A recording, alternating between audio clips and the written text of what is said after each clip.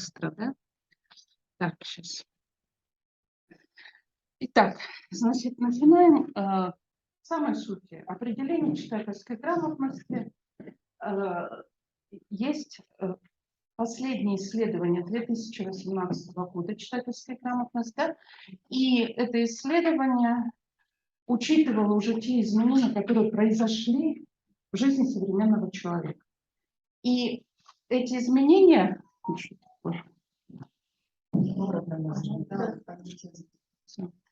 Так, шевелиться не надо. Эти изменения отражены буквально в двух словах. Прочитайте определение, найдите два отличия.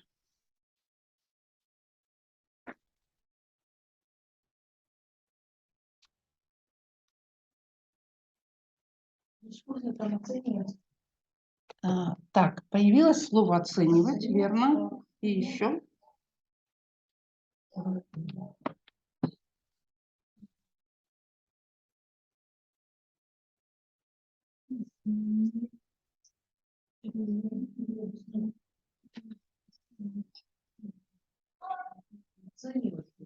Оценивать, да, оценивать слово появилось.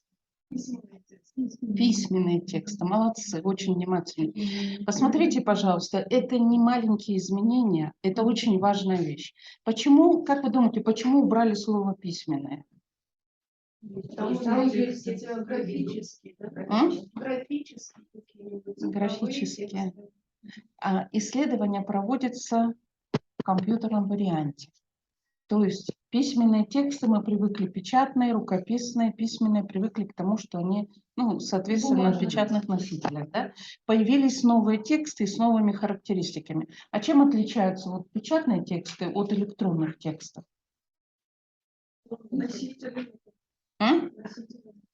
Носителями, да. А вот если с точки зрения чтения, то чем они отличаются? Электронные тексты какого способа чтения требуют? Как они выглядят?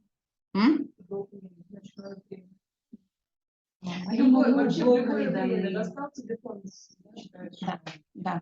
Но посмотрите, вот вы взяли, да, книжку, прошу, читаете. А когда вы электронный текст открываете, вы как его читаете? Что там? Нет контакта. Во-первых, да, конечно. Но посмотрите, еще какая ситуация. Там сразу может быть несколько текстов. Вы когда ищете какую-то информацию, вы открываете кучу текстов. Да? Один текст читаете, там какая-то гиперссылочка, да? Вы переходите на другой текст. То есть объем информации огромный. Здесь вы один текст взяли и читаете. Какой вам дали, тот и читаете. Там, получается, у вас свобода выбора как у читателя, навигация и так далее. Поэтому, чтобы уравнять электронный текст, печатный текст, да, убирают письменные тексты. То есть текст. Что такое текст, мы чуть позже поговорим. И появилось вот это слово «оценивать». Почему оно появилось? Потому что очень важная компетенция современного человека, читателя, она в чем состоит? Вам выдается масса текстов, вы из них выбираете. А чтобы выбрать, нужно оценить. А что вы оцениваете? Насколько достоверный текст? Не манипулирует ли автор вашим сознанием, интересом и так далее? Вы должны посмотреть, надежен ли источник, потому что мы знаем, да, начиная от мошенников, заканчивая просто тем, что скрытая реклама подсовывается. Поэтому это важная компетенция современного человека. И давайте про определение, по всем составляющим определения пройдемся. Понимать. Это что такое? Понимать текст. Смысл извлекать, да, смысл вычитывать. Их может быть несколько слоев этих смыслов. Дальше. Использовать. Для решения задач. Да,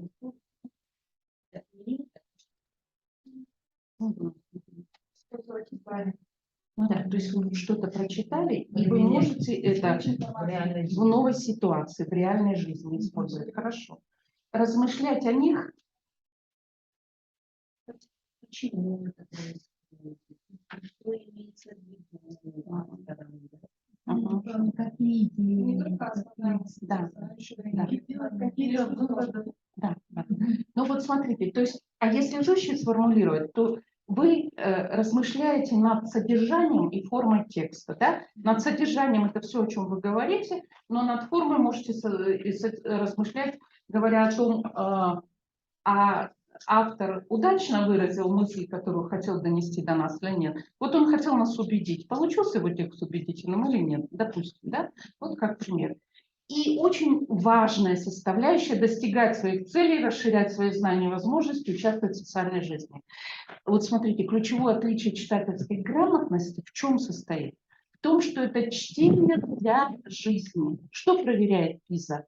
Не как человек умеет читать обычный текст и извлекать смысл только, да?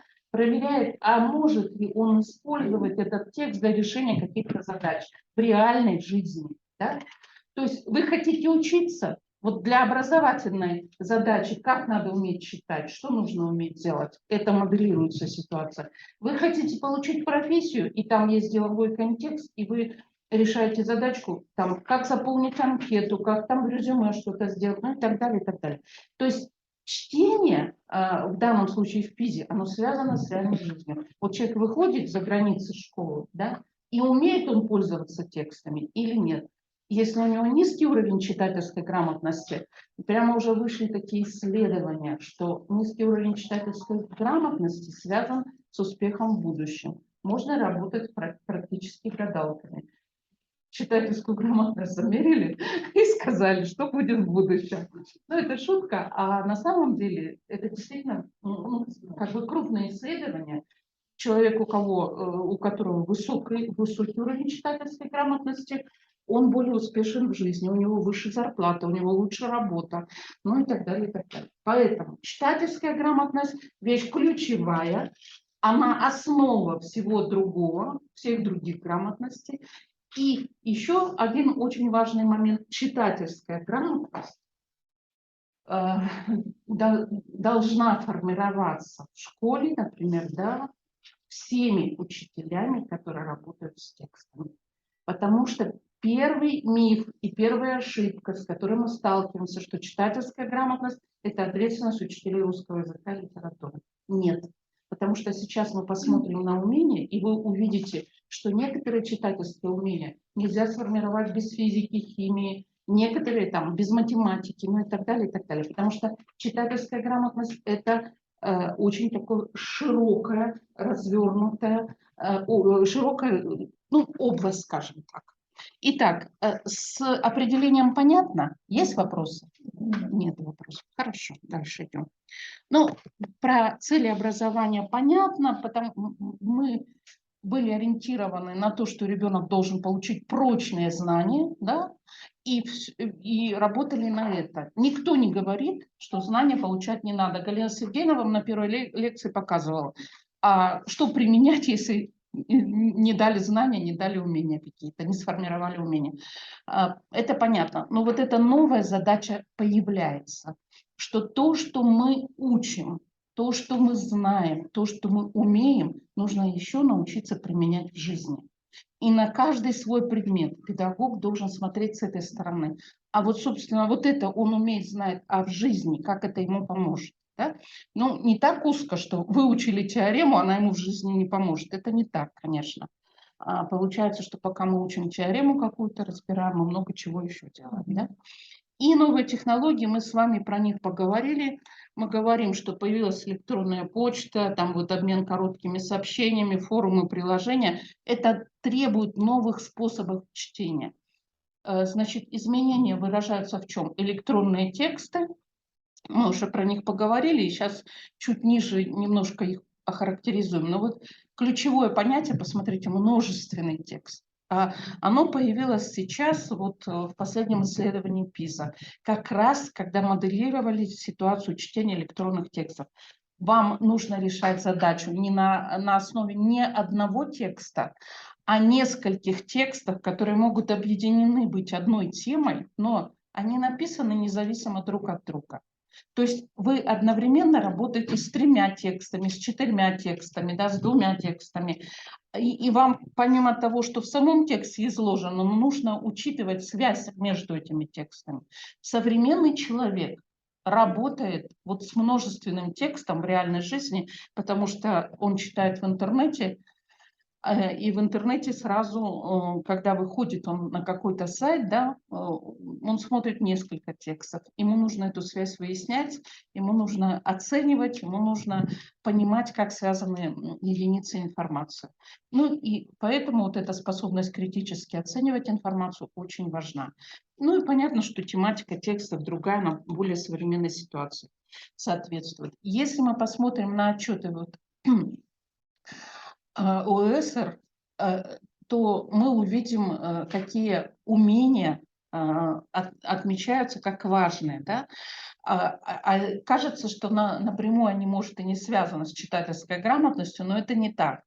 Читателям нужно иметь минимальную КТ-грамотность, чтобы понимать, как работает устройство и приложение. Я приведу такой пример простой. Когда вот апробацию проводили заданий по функциональному мониторингу, какая проблема выяснилась? Текст может располагаться на 2 страницах, да, на электронном носителе. Ребенок открывает задание, читает одну страницу, а дальше не прокручивает. Вот прокрутка вот это сбоку, нужно ребенку понимать, что дальше еще есть текст. И даже если текст обрывается на запятой, на переносе, он все равно не дочитывает его. То есть это вот проблема. Дальше, ну вот вкладки понятно. То есть 3 текста, у каждого заголовочек, сверху на эту вкладочку нажимаешь, и открывается текст. Тоже это очень важное умение. Ну, соответственно, всякие ссылки, нужно понимать, как бы гиперссылки, нужно смотреть, как вы пользуетесь меню, оглавлением, где интерактивное оглавление, что можно сразу зайти в какую-то главу, а не все подряд смотреть. Ну, то есть там вот масса таких, скажем, технических навыков, которые позволяют выполнить задачу, найти нужные тексты и правильно его прочитать. Ну и про надежные объективные источники информации мы уже говорили. Качество, полноту и достоверность информации – это тоже очень важно. И мы с этим на практическом материале познакомимся сегодня. Сравнивать информацию из разных источников, обнаруживать противоречия, находить решения. Вот эти умения стали ключевыми, и они очень сложны для наших детей. И для педагогов они сложные. Для педагогов сложно почему? Если мы хотим менять ситуацию, то в своем предмете нам нужно моделировать ситуацию, воспроизведение этого множественного текста. А значит, уже недостаточно просто дать текст параграфа, а нужно подобрать такие тексты, где есть противоречивые высказывания, которые ребенок может обсуждать. То есть наша культурная традиция, она в чем состоит? В том, что в школу, в учебники включаются только тексты выверенные, да, только тексты, которые прошли проверку, надежные, объективные источники информации. Правильно? Но современная ситуация другая. Знания ребенок добывает. И поэтому, если мы дополняем эти тексты, ну, допустим, вот есть ответы mail. Читали? Дети часто ими пользуются. Если вы возьмете какую-то тему и прочитаете, что по этому поводу пишут дети, это будет очень весело. Но это наш с вами ресурс. То есть мы берем параграф учебника или задание и берем набор этих ответов, где писали сами дети. Среди них должен быть верный ответ, но при этом 3-4 неверных. И если вы с ними обсудите эти ответы, это писали дети на своем языке, им это понятно. Им нужно будет понять параграф, да, чтобы понять, а какие из этих ответов вообще верные. И получается, что они легче понимают тему, лучше ее обсуждают и лучше усваивают. Ну, это как пример. Да? Если вы нашли 2 текста, где в одном гипотеза одна, а в другом другая про это же, то это вообще блестящая ситуация, потому что нужно искать доказательства гипотезы, нужно это обсуждать, и знание будет другое. То, что касается надежных и объективных источников информации, эту культуру нужно как-то это обсуждать в школе надо, и сразу всем учителям ставить такую задачу, что когда ребенок готовит устное сообщение, что когда, допустим, делает какой-то конспект, очень важно указывать источник. Дальше. когда они приходят с этими источниками, обсуждать, каким источникам можно доверять. Потому что у многих детей убеждение, что все, что написано в интернете, это правда. Все, что написано там, мы оцениваем как надежную объективную информацию. Прямо пишут вот в материалах функционального мониторинга, что интернету можно доверять. Все. А мы с ними не обсуждаем это, а надо обсуждать обязательно. Обсуждать, допустим, какими источниками можно пользоваться, почему другими нельзя. Это очень хорошая и важная работа. Итак, мы поговорили про новые умения и говорим еще про технические немножко умения чуть подробнее. Опять же, в отчете в 2009 году, когда проводилась ПИЗа, впервые ну, такой электронный формат был задействован, но там еще не было такого моделирования, допустим, связанного с множественными текстами, а получалось так, что брали обычное, как бумажная ПИЗа проводилась, но это было на электронном носителе. Ну, понятно, что потребовались какие-то трансформации, но тем не менее. И вот отчет по поводу этого исследования. Что главное, вы уже прочитали навигация. Навигация, слово понятно? Ну, то есть куда ребенок нажимает, сколько раз ходит, возвращается, это все подсчитывалось и отслеживалось. И вот видите, какие выводы сделали, что более сильные читатели выбирают стратегии в соответствии с требованиями задач, то есть они знают, как искать информацию, да? И лучшие из них, как правило, не заходят на ненужные страницы. У них так четко выстроена стратегия, что они четко понимают, вот этот источник выбираю, там будет эта информация. Из двух текстов просматриваю, быстро нахожу информацию. Это все компьютер фиксирует, поэтому выводы надежные и очень интересные.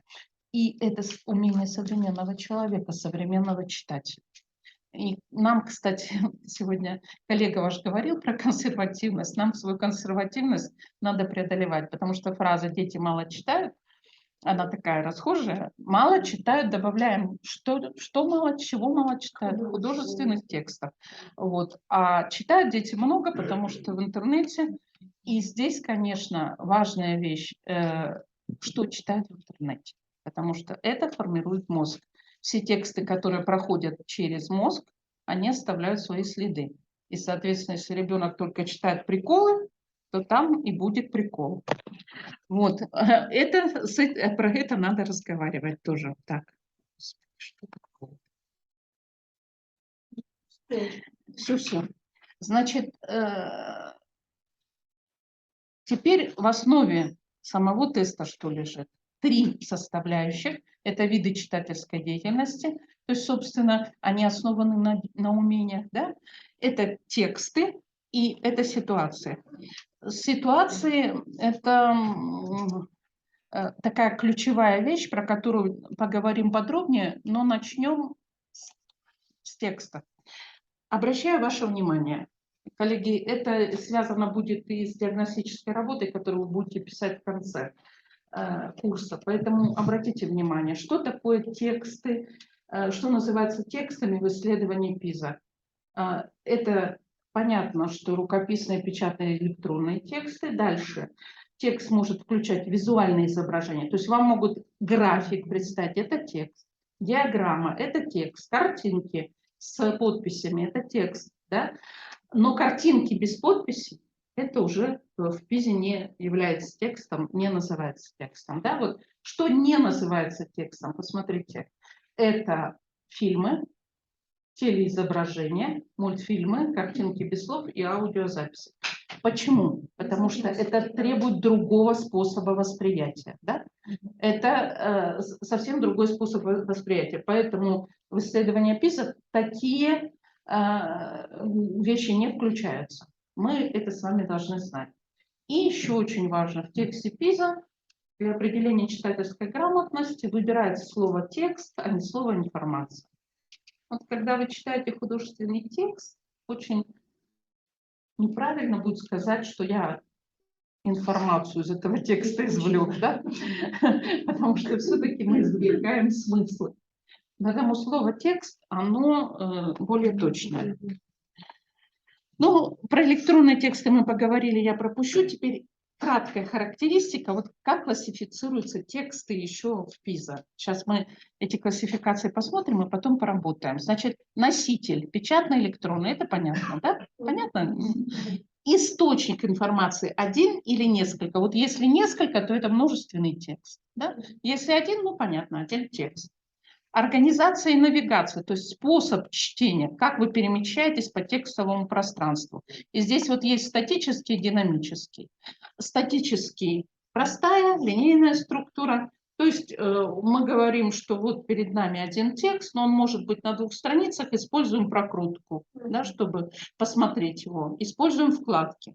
Динамически более сложный. Тут вам будут и гиперссылки, тут будут интерактивные оглавления, тут будет разные, допустим, меню и так далее, и так далее. И вы уже выбираете и строите свой маршрут по чтению текста. То есть перед вами один текст, а дальше вы смотрите, какой следующий выбрать. Да? Или вы на гиперссылку нажимаете, или вы переходите на какой-то другой текст, когда есть, допустим, оглавление, можете просмотреть. И ваш маршрут чтения, он будет определяться вами во многом.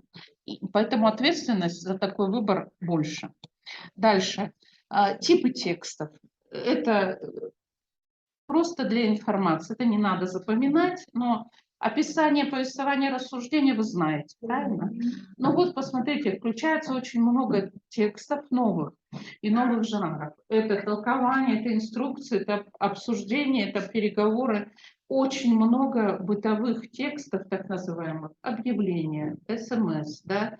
Это вот любой текст, с которым встречается человек в реальной жизни, может быть включен в ПИЗа, но только если он, конечно, культурен, в смысле там нет чего-то запретного или нецензурного. А вот на это теперь обращаем внимание, и с этим мы сейчас поработаем. Очень важная вещь в читательской грамотности – это формат текста. Есть сплошной, смешанный и множественный. Каждый из них разберем подробнее. Что такое сплошной текст? Сплошной текст вам хорошо знаком. То есть сплошные тексты – это художественные произведения, рассказы, повести, ну и так далее. Да? Но что важно? Смотрите, этот текст непрерывный. То есть каждое предложение связано с другим. Они строятся в абзацы, абзацы связаны между собой, допустим, параграфы, главы и так далее. Но вот ключевая характеристика – непрерывный. То есть идея, мысль развивается, одно следует из другого и так далее. Да? Могут быть иллюстрации, но это иллюстрация, которая не несет дополнительной информации к тексту. То есть есть вербальный текст, там излагается содержание, а иллюстрация, собственно, визуально показывает то, что в тексте написано. Потому что в смешанном тексте иллюстрация несет отдельную информацию.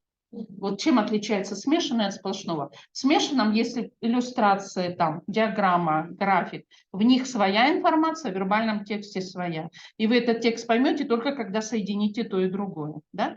В сплошном тексте уберите из «Войны и мира» иллюстрации. Поймете текст? Конечно.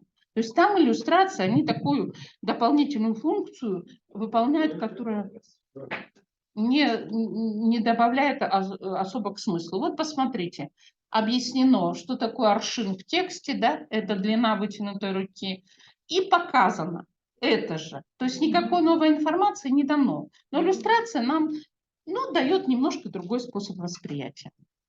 Или вот, я вам показываю сплошные тексты трудные, которые можно перепутать, да? Это сплошной текст, несмотря на то, что визуально есть пробел, да, он разбит какими-то цифрами, есть заголовки. Но главная характеристика – непрерывность. То есть одна мысль следует из другой. Это текст художественный, и нигде он не прерывается. Теперь не сплошные тексты. Что это такое? Графики, диаграммы, карты, каталоги. Смотрите, там есть минимум вербальной словесной информации. Например, на осях графика есть подписи, да? В карте есть легенда. То есть минимальная информация есть. Но это как бы главная информация содержится все-таки в визуальных изображениях, то есть на графике, на диаграмме, на карте. Обратите внимание, что относится еще к несплошным текстам. Ну, таблицы, понятно, списки всякие, да, расписания, анкеты. Вот это очень важно понимать. Чтение несплошных текстов это проблема большая, дети плохо с этим справляются, а мы мало с ними работаем. Ну вот когда я говорила о том, что каждый предметник отвечает за формирование читательской грамотности, получается, что, допустим, графики и диаграммы кто должен научить читать? На математике, да, должны научить читать графики и диаграммы так, чтобы они любой график, любую диаграмму читали, не только на математике. Ну, с таблицами, конечно, все могут работать. Словари, чья забота? Учителей русского языка. Очень важно. Словарные статьи дети читают плохо, понимают плохо. Да? Вот. Ну и так далее. А если, допустим, описание эксперимента или изображения, то это вот, естественно, научная грамотность. Естественно, научные предметы. Вот, например, пример несплошного текста, яркий, чтобы вы понимали. Смотрите, вроде бы только слова, да? Но на самом деле текст сплошной. Почему? Потому что он прерывный. Вы можете дату переставить хоть в конец, да? То есть тут нет вот этой связности между частями. Вы можете изготовителя поставить первым. То есть каждый вот выделенный кусочек, он как бы сам по себе. Поэтому ключевая характеристика сплошного текста непрерывность здесь нарушена. Или вот пример несплошного текста, это задача ПИЗа, воздушный шар. Видите, есть вербальная информация, но основная информация, она все-таки дается через визуальное изображение. Ну и, конечно, наша читательская грамотность. Вот, пожалуйста, вам минимальная информация вербальная, и анализируйте график и делайте выводы. Смешанные тексты – это соединение сплошного и несплошного. Проще будет сразу посмотреть на него. Вот, смотрите, если мы оставим только диаграмму без вот пояснения к ней, это будет текст не сплошной. Если мы даем диаграмму, где есть пояснение к ней, то это будет текст смешанный, потому что каждый из этих текстов несет свою информацию. Вот, собственно, диаграмма, у нее своя информация, и текст, у него своя информация. Даже мы комментируем эту диаграмму, какая-то часть информации остается на тексте. И вы же визуально сразу можете увидеть, видите, красный столбик выдается, да, вы понимаете, что это вот что-то такое, какой-то рывок, что-то там происходит, надо смотреть в хорошую или в плохую сторону. Это смешанные тексты. И если рисунок помещается, на рисунке может быть иллюстрация того, как процесс строится, например, да? А здесь описан сам процесс. Множественные тексты, главная характеристика, что они написаны отдельно друг от друга. Это могут быть разные авторы, это может быть один автор, но разное время написания. Но эти тексты можно читать независимо друг от друга. Мы соединяем их для каких-то целей. В реальной жизни мы смотрим, вот давайте представим, чтобы вам было понятно, вы отправляетесь в путешествие, хотите выбрать место отдыха на отпуск. Давайте посмотрим, какие вы тексты смотрите в интернете. Рекламу. Вы смотрите рекламу. Так, дальше. Посмотрели рекламу. Вам понравилось. Дальше что? Начинаю гуглить, где это оценивание. Так, вы начинаете правильно, замечательно. Вам надо оценить. Реклама, вы понимаете, вас могут обмануть, да? Приукрашивается. Вот я вчера читала рекламу вот этого отеля. Ну, она, конечно, да, то есть недостатков нет, только достоинства. И вы не поймете, конечно, проблемы, которые есть из этого текста. Но дальше вы читаете отзывы. Отзывы вы читаете, чтобы оценить, да? Потому что такие же люди, как вы уже были, они вам напишут честно, особенно если вы прочитаете их много, то у вас картинка... Да. Да. Хотя могут быть и черные, не обязательно правду Нет. написали. А там уже вырабатывается такой способ, знаете, сразу видно, что пишут, например, конкурента, да, там и по языку Стиль видно, по такой, оценкам, да. по стилю. То есть, когда много читаешь отзывы, уже разбираешь. То есть, вот это происходит оценка. Прочитали отзывы, остановились на этом. Дальше что вы? Размышляем. Поразмышляли. Какие еще тексты посмотрите? Цены по билетам, другие. Здорово. Да, да, Погоду да. посмотрим. Во-первых, погоду посмотрите, дальше посмотрите цены билетов, а вдруг вам отель устраивает, а перелет нет, да? Удобен ли он, это тоже расписание, да, да, ну и так далее. Да. Потому что какой пляж и прочее, прочее. Вот получается, сколько вы текстов посмотрели? Ну, примерно 6 уже мы посчитали, да? Вот это и есть множественный текст. Вы решаете задачу какую? Вы выбираете, это жизненная задача, вы выбираете место отдыха, святая. Один раз в год надо отдохнуть, это все очень важно. Видите, сколько текстов вы читаете, да? Вот в ПИЗа моделируется прямо эта ситуация. То есть вы будете работать с расписанием, вы будете работать со временем перелетов, вы будете рассчитывать стоимость билета, вы будете смотреть скидки и прочее, прочее. То есть вот такое чтение моделируется в ПИЗе, поэтому это множественный текст. Понятно, да? Ну вот, хорошо.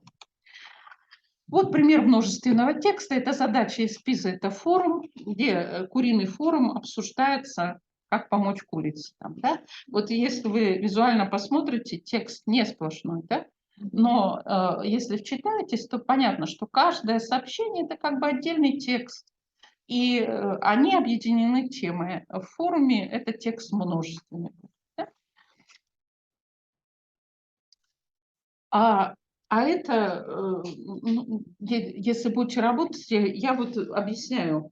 Мы делаем в России это функциональный мониторинг, да, несколько лет уже. Мы разрабатываем, у нас банк заданий разработан. Но как это разрабатывалось? На основе результатов исследования ПИЗа. Мы получили результаты, увидели проблемы, и поэтому пособия, вот эти, которые мы привезли сюда, они вот так разрабатываются. Видите, все 4 формата, сплошные, не сплошные, смешанные, множественные. И посмотрите, какие жанры. Карта маршрута, карта путешествия, схема вагона, движение транспорта, регламент соревнований и так далее, и так далее.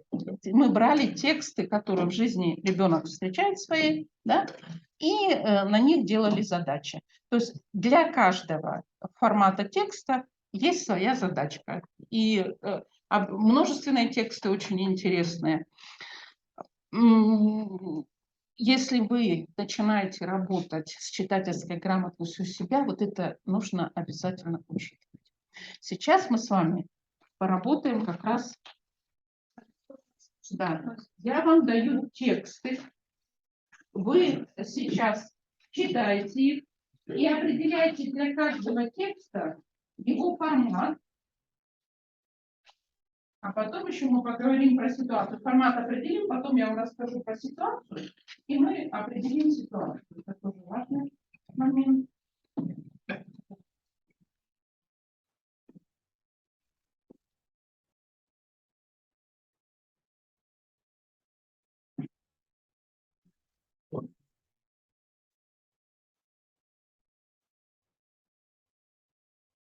Все тексты читайте, каждый текст определяете, кроме первого, он вводный, а 3 текста определите формат. Я верну вам слайд, чтобы на него можно было ориентироваться.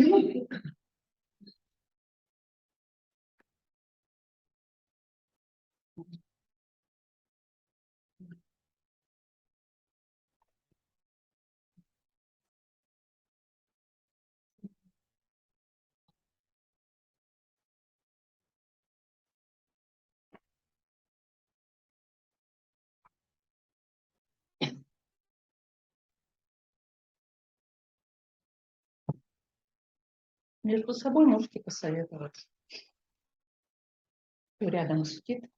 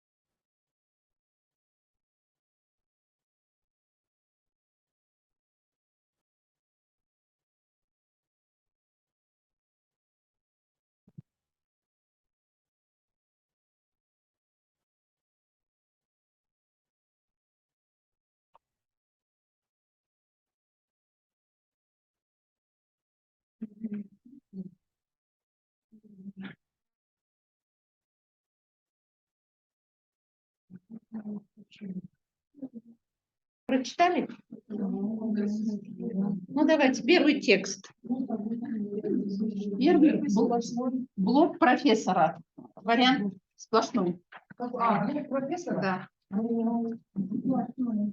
Он смешанный, потому что нам вообще он множественный. Я считаю, что не множественный. Так, все. Три версии. Сплошной, множественный и смешанный. Давайте первое. Смешанный. Почему смешанный? Объясните, кто эту версию... А? Иллюстрация есть, да? И кажется, что смешанный. Нет, еще есть ссылка. Есть ссылка. Да, вот поэтому мы решили, что это множественный. Да, Нет, я спрашиваю тех, кто решил, что смешанный. Вот смешанный одна может быть версия только потому, что есть иллюстрация. Но иллюстрация здесь не несет дополнительной информации. Вот то, что в тексте написано, то иллюстрируется. Да? Нет тут теперь те, кто говорит сплошной. Значит, сплошной почему?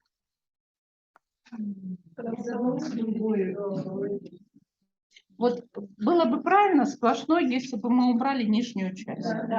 А поскольку там есть комментарий, то это уже другой текст. Да? Комментарий – это текст. И, соответственно, этот текст будет какой? Множественный. И вот кто-то обратил внимание на ссылочку. Это тоже важно, потому что переключаешься, да, интерактивное.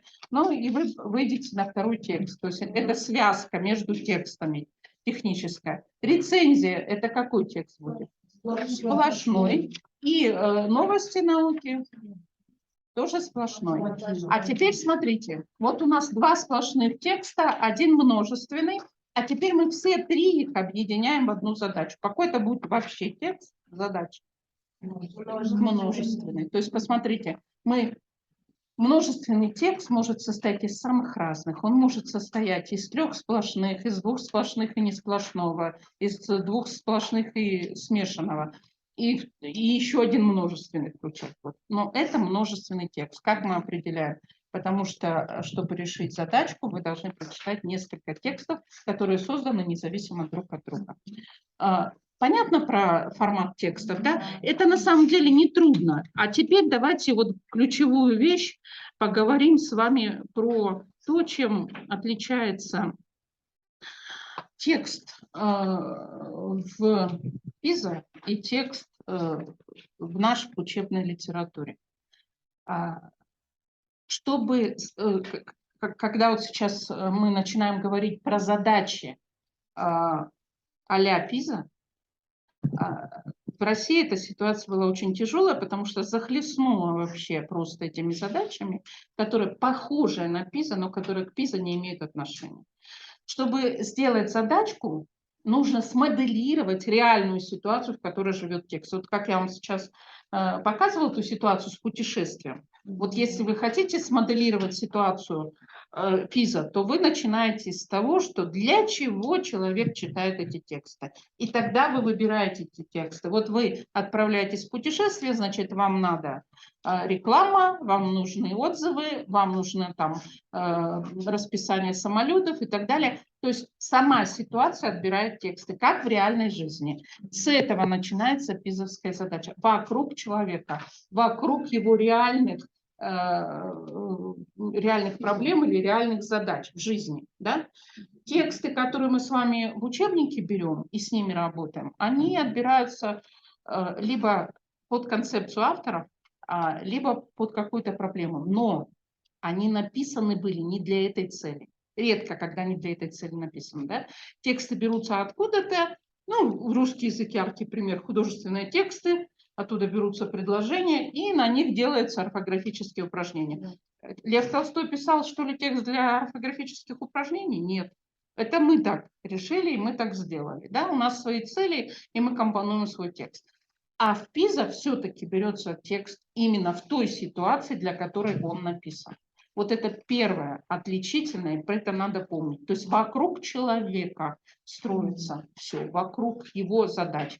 А дальше и задания должны быть такие. Вот если вы отправляетесь в путешествие, и мы с вами разобрали, сколько текстов, то дальше задания должны отражать логику путешествия. То есть вы выбираете маршрут, вы выбираете перелет, там время и прочее. Значит, все вот эти задачи будут строиться именно так. То есть логика разворачивания заданий помогает глубоко понять текст. И, то есть мы не можем вырвать текст из ситуации, мы берем его вместе с ситуацией. Понятно? Да.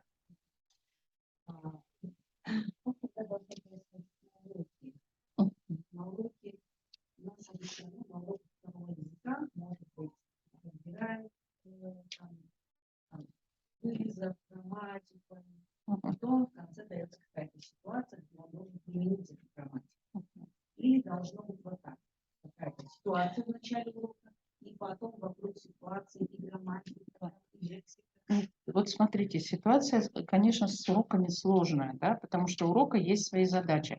Я отнюдь не призываю убирать вот эту вторую половину работы. Да. Мы ее не можем убрать, что мы берем тексты только в ситуации, как в ПИЗе. У нас есть учебные задачи, где не всегда вот эта пизовская подойдет. Но смотрите, мы как должны на эту ситуацию смотреть? Если у нас есть возможность такая, нам надо ею пользоваться.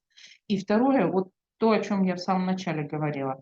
Да, в урезанном виде, в уроке, но надо это делать, когда вы можете, допустим, вот гипотеза, как рождалась, ну, по физике, какая-то гипотеза, как она рождалась. Допустим, рентген открыл эти рентгеновские лучи, прямо есть замечательный текст, про это написан, да, и, допустим, как рождалась первая версия. Ну вот, что это было такое? Вот это первая версия, вот один текст, да. То есть мы моделируем ситуацию рождения гипотезы. Вот. Мы можем это делать, это будет пизовская. А рядом кладем другой текст, где эта гипотеза опровергается, например. То есть мы моделируем ситуацию, как это все возникало. И тогда у нас получится и предметное знание, и читательская грамотность. Да? То есть, ну, где-то вы так не сможете сделать, и будет оставаться вот эта ситуация. От нее мы никуда не денемся. Вот так. Просто на уроке нужно посмотреть с другой стороны. И знаете, вот первый совет мой, советую всегда, конечно, давать плохо, но что делать? Тексты, посмотрите, какие в предмете тексты вы используете. Вот сплошные, не сплошные. Есть ли у вас множественный текст? Вот, когда одну и ту же тему, смотрите, вы можете давать как? Один текст, кусочек информации дает на эту тему один, а во втором тексте второй кусочек нужно интегрировать из разных текстов информацию, соединить ее, да? Это такое упражнение. И тогда ты читаешь два текста и понимаешь, что ну, вот, там дополняется информация. Или тут есть тезисы, там есть аргументы. Не только противоречия могут быть. Вот это тоже очень важная вещь. И это можно делать на любом предмете. То есть там такая ситуация, чтобы, подбирая тексты на урок, вы, ну и второе, что я сказала, надо очень активно использовать современные тексты, которыми дети пользуются. Да. То есть то, как они видят неправильно, коряво, вот эти неправильные корявые тексты тоже надо использовать. Это важно, потому что через это вы строите более глубокое понимание основного содержания. Они прорываются.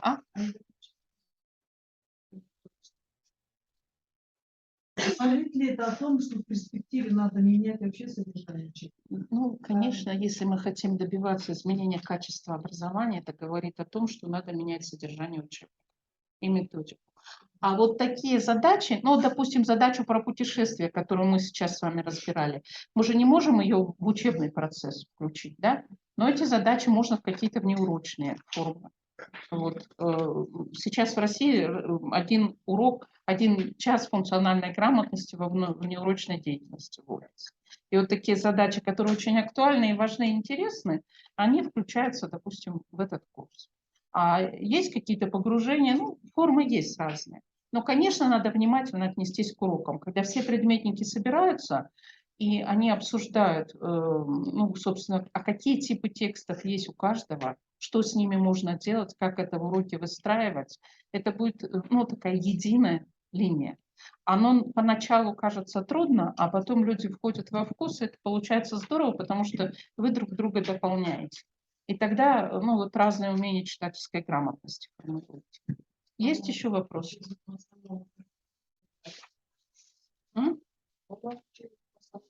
Да, учебники строятся именно так. Вот именно так. То есть, понимаете, вот это же направление возникло сейчас. Очень быстро меняется мир. И человек, он тоже меняется, его способы работы меняются, способы чтения меняются. Да, да, мы не успеваем. Ну, давайте вот про ситуации. Смотрите, как определить. Вот 4 типа ситуаций, в которых существуют тексты. Личные.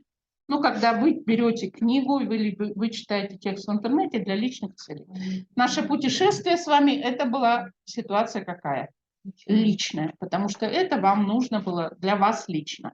Общественные ситуации, это когда какие-то статьи в газете, да, про общественные проблемы, это могут быть новости, это могут быть форумы.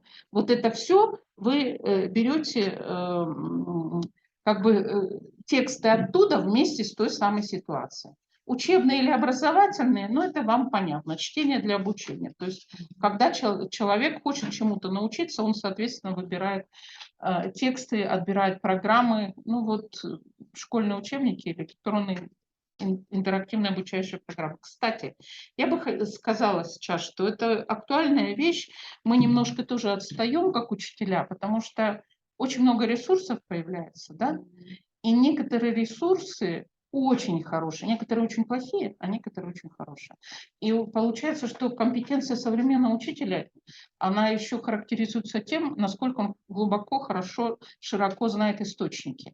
Как, допустим, один и тот же материал, одна и та же тема, она может быть объяснена, прямо записи какие-то, видео есть, и опыты там могут быть, и разные люди хорошо про это рассказывают, это надо использовать. Есть интерактивные программы, где ребенок может подействовать и получить результат. Это не умаляет опыта учителя и его роли, но это дает некоторое расширение способов и контекста. Потому что, смотрите, ключевая проблема в школе какая? У каждого ребенка свой способ усвоения, свой способ работы. Но в лучшем случае есть группа. Не в каждого ребенка мы попадаем. Вот. А когда ему предоставляется такая возможность широкая, он может найти свой способ и с материалом справиться. И последняя ситуация деловая. Да? Здесь получается, что это то, что нужно для работы или в работе. Чтение для дела. То есть это могут быть там резюме, это могут быть анкеты, инструкции, как что-то сделать. То есть это вот такие ситуации. Теперь вернемся к нашим темам. Блог профессора. Какая ситуация с этим? То есть, смотрите, это легко определять, если понимаете. Вот профессор писала свой блог. Для чего? Зачем? Зачем этот текст? В какой ситуации он был написан? А? Блог это был личный. Почему личное? И почему обучающее? Она закончила путешествие, свою работу, и она делилась впечатлениями. Да. То есть она делилась впечатлением. А вы говорите обучающее. Почему? Но потому что он информацию, которую имеет профессор, он хочет раздать другим, чтобы они знали. Общественные. Вот давайте попробуем. Смотрите, вот блог писала профессор. Делилась впечатлениями своими? Делилась. Значит, это все-таки личная ситуация. А дальше смотрим рецензия. А рецензия, она какую ситуацию? А?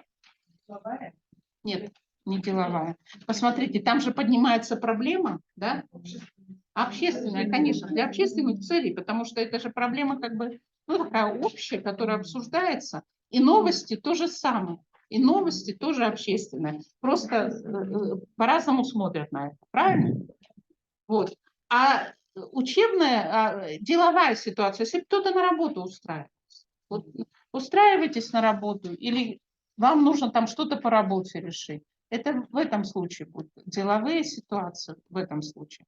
Учебная, она может быть, когда учебная, когда человек отбирает тексты, чтобы усвоить какой-то материал, какую-то новую деятельность освоить. Вот смотрите, спасибо, что заметили. Тексты, мы сказали, тексты писались для какой ситуации, да? Один текст для личной, другие два для общественных. А теперь, если мы прочитаем вводный текст, то какая моделируется ситуация? Учебная. Потому что вы пойдете на лекцию, вам нужно предварительно познакомиться. Да? То есть тогда эти тексты берутся с точки зрения учебной ситуации. Вот так все интересно. И последний кусочек, который мы с вами успеем, это умение.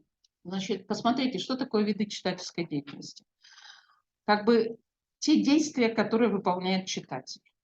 В ПИЗа выделено 2018 года впервые беглость чтения, до этого не было, локализация информации, понимание, рефлексия, оценка.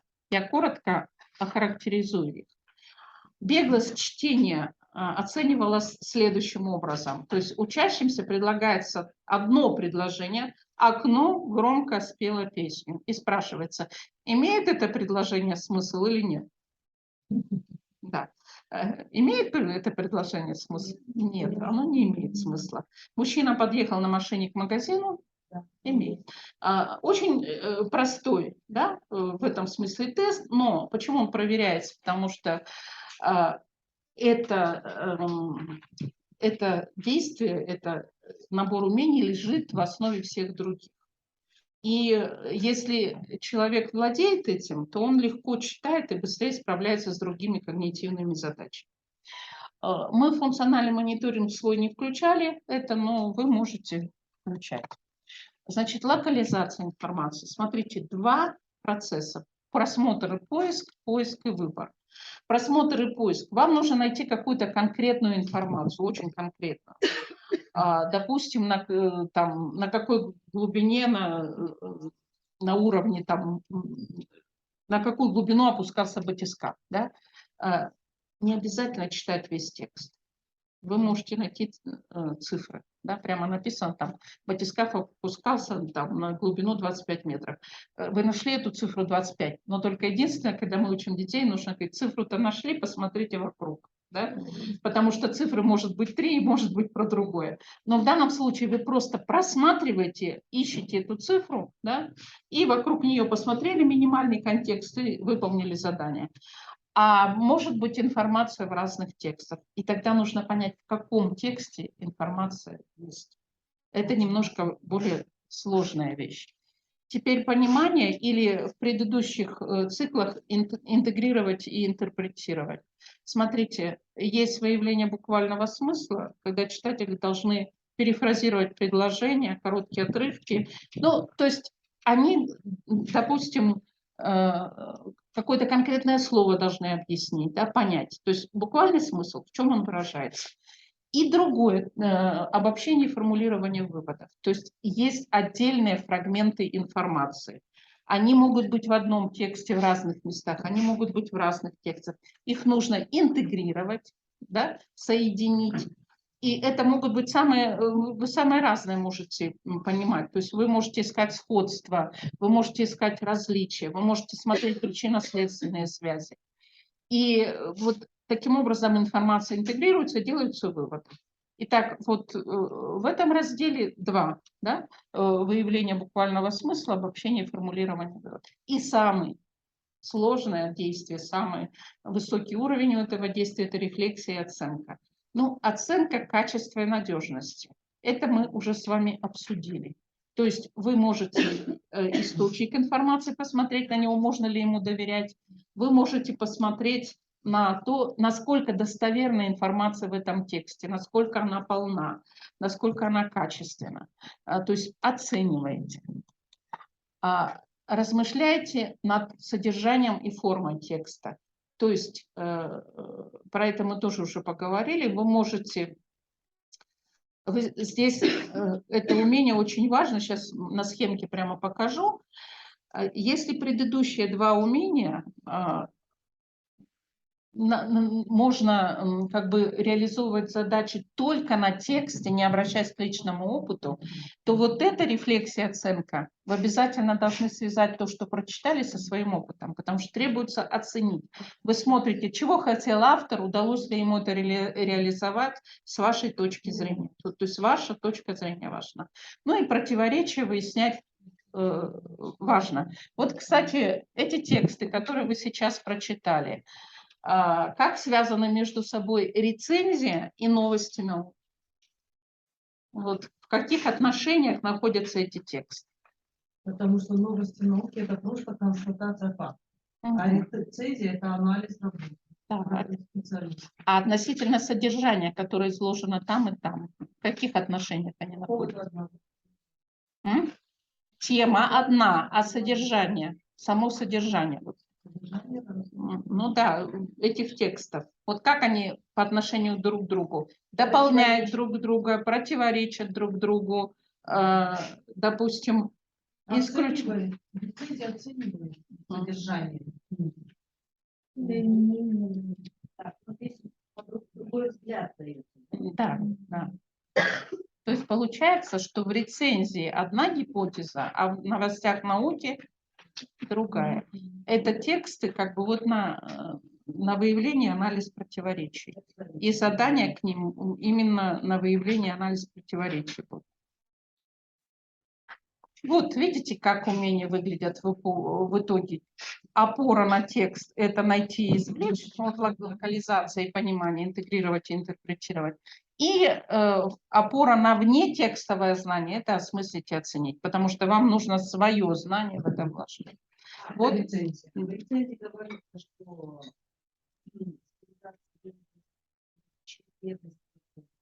да.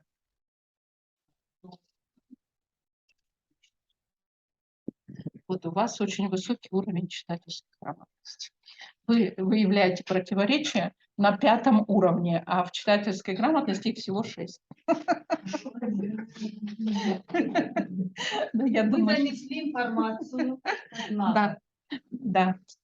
Получается, вот уровни, видите, каждый уровень описывается. Мы, конечно, ознакомительное занятие – это очень сложное описание, мы не будем этого касаться. Единственное, что я хотела бы вам сказать, очень важно про уровни читательской грамотности. Видите, 2-й уровень, да?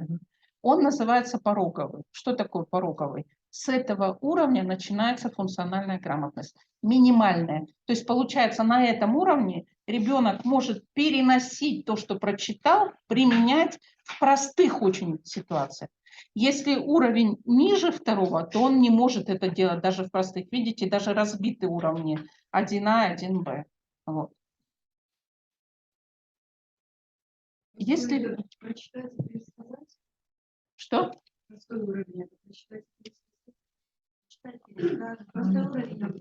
Вы имеете 1-й уровень? Ну вот они описаны, посмотрите.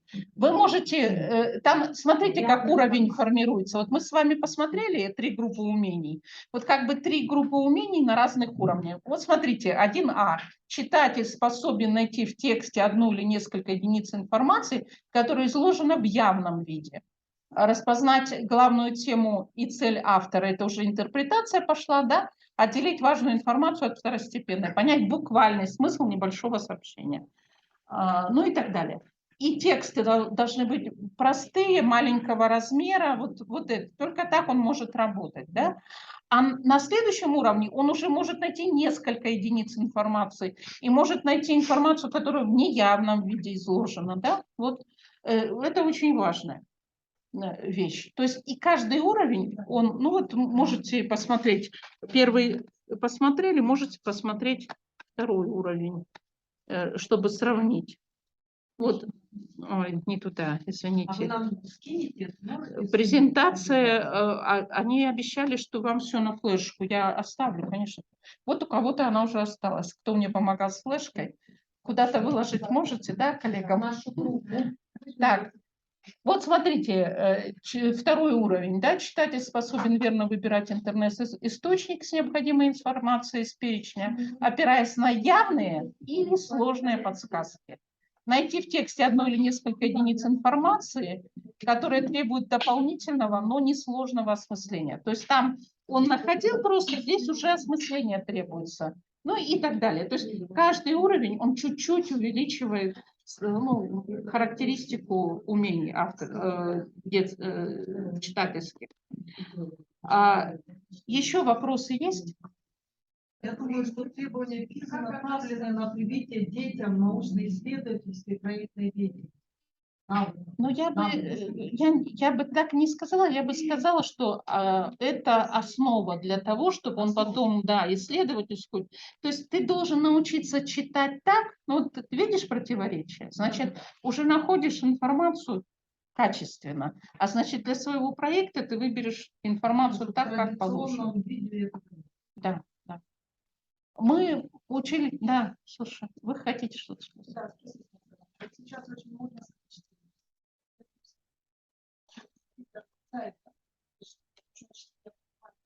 Вот смотрите, скорочтение – это такая вещь очень опасная. Вот просто задумайтесь сами. То есть там физиологические навыки тренируются, чтобы вот поле расширять. В какой-то ситуации это может быть хорошо, да? Но в какой-то ситуации, когда человек начинает сканировать текст вот физиологически, он теряет смысл.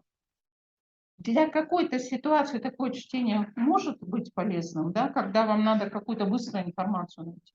Но когда вам надо понять, уровень понимания, это уже будет зависеть очень индивидуально. Отдельные люди есть, которые могут быстро прочитывать и при этом быстро понимать. Да, вот.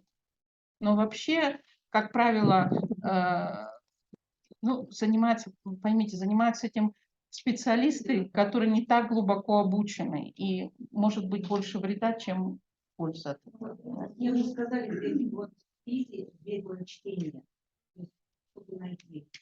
Он должен знать текст, он не должен весь текст посмотреть. Да, да. Нет, ну это вот это просмотровое чтение, это не скорочтение. То есть вот это должен уметь каждый человек. Вы смотрите тексты, чтобы ваш глаз останавливался там, где, ну, допустим, да, вы сориентировались, цифра, то есть пометы в тексте вы должны вычитывать. Или, например, несколько статей одновременно смотрите, да, чтобы определить, да, тему знаете, например, и чтобы определить, какая вам подойдет или нет, вы быстренько можете отсеять нужно. Да, и тут вы ориентируетесь, смотрите, вы заголовки посмотрели, а потом аннотацию, и вам достаточно, чтобы понять вот это. Читаешь все, но очень быстро. Ты читаешь текст вот так по диагонали. Вот текст перед вами, вы его по диагонали прочитаете. Да, у нас же получается так, что выставляет за минуту, сколько ты смотришь. И мы с этим Наша школа боремся. Нам не нужно читать. Насколько он понимает, Совершенно верно. но от нас Да, но вот ситуация с этим, конечно, трагичная, я бы сказала, потому что я сама проводила эксперимент в течение 8 лет в начальной школе. Мы делали курс контекстного чтения, результатом его опубликованы. И ситуация какая? У нас не было вот этой ситуации, что надо сдать столько-то слов в минуту. Каждого ребенка мы смотрели на старте и каждого смотрели в итоге. А смысл курса был в том, чтобы ребенок научился понимать в контексте слова и вычитывал смысл. Начинали с маленьких текстов. Так вот, со скоростью чтения что происходит? Если вы так строите чтение, когда они на каждом уроке понимают, да, каждый ребенок, но это отдельно надо рассказывать. Но одни дети ко второму классу уже к концу читали быстро и все понимали, другие к концу третьего. Но они все научились хорошо читать, при этом прекрасно понимали текст. В этом разница, понимаете? Когда мы заставляем скорость, вот приходили дети, с которыми занимались так, у нас прямо мы записывали аудиозапись, сделали на старте, да, и вот ребенок читает текст, быстро, быстро, быстро, минуты выполнил, дальше задаются вопросы, ну, как обычно, на понимание, не понял ничего. Вот. Понимаете, это очень плохая ситуация. Некоторым детям надо медленно, чтобы добавить скорость чтения. Скорость чтения важна, но не в ущерб пониманию. Это, знаете, анекдот. Принимает секретарь на работу босс. У вас, говорит, навыки печатания есть? Он говорит, да, 3000 знаков в минуту. О, вы приняты. Она просит, правда, такая чушь получается. Да. Вот примерно про это. Но ПИЗа, вы совершенно верно подметили, она про понимание. Это понимание, потому что даже если у ребенка скорость чтения есть, и он читает неплохо и вроде бы понимает, но как только вот он сталкивается со множественными текстами, да, там процессы понимания могут быть ослаблены, там надо научить его этому, это важно. И вот видеть противоречивую информацию, это очень сложно, это очень. Дети, ну, там навыки нужны, надо с этим работать, опыт нужен, опыт. Это, поэтому нам и надо менять внутри предмета обязательно работу с текстом, обязательно. То есть вот множественный текст – это такой маячок, это такой маяк, к которому надо плыть, да, и не бояться там попасть на какие-то рифы, потому что если мы этого не делаем, мы отстаем. Они как-то это делают, там, как они читают, что происходит, неизвестно, но на самом деле эта способность не формируется хорошо. Ну, эти тексты очень трудно искать, сразу говорю. Прямо очень. Да. Кто придет, кто-то из вас в группу читательской грамотности придет? Из вашей группы? Ну вот мы там будем прямо моделировать это все делать более глубоко. Да. Такие тексты множественные есть, оксфордовского английского языка. Ну, дается, например, тема путешествия, дается несколько отелей. Вот семья собирается в путешествие, у них трое детей, и перед тем отелем, который нужно приехать. Здесь отель с конференц-залом, здесь детская площадка, здесь площадка. Ну да. Да, это в этом направлении, да. Ну, коллеги, все, если вопросов больше нет, прошу прощения.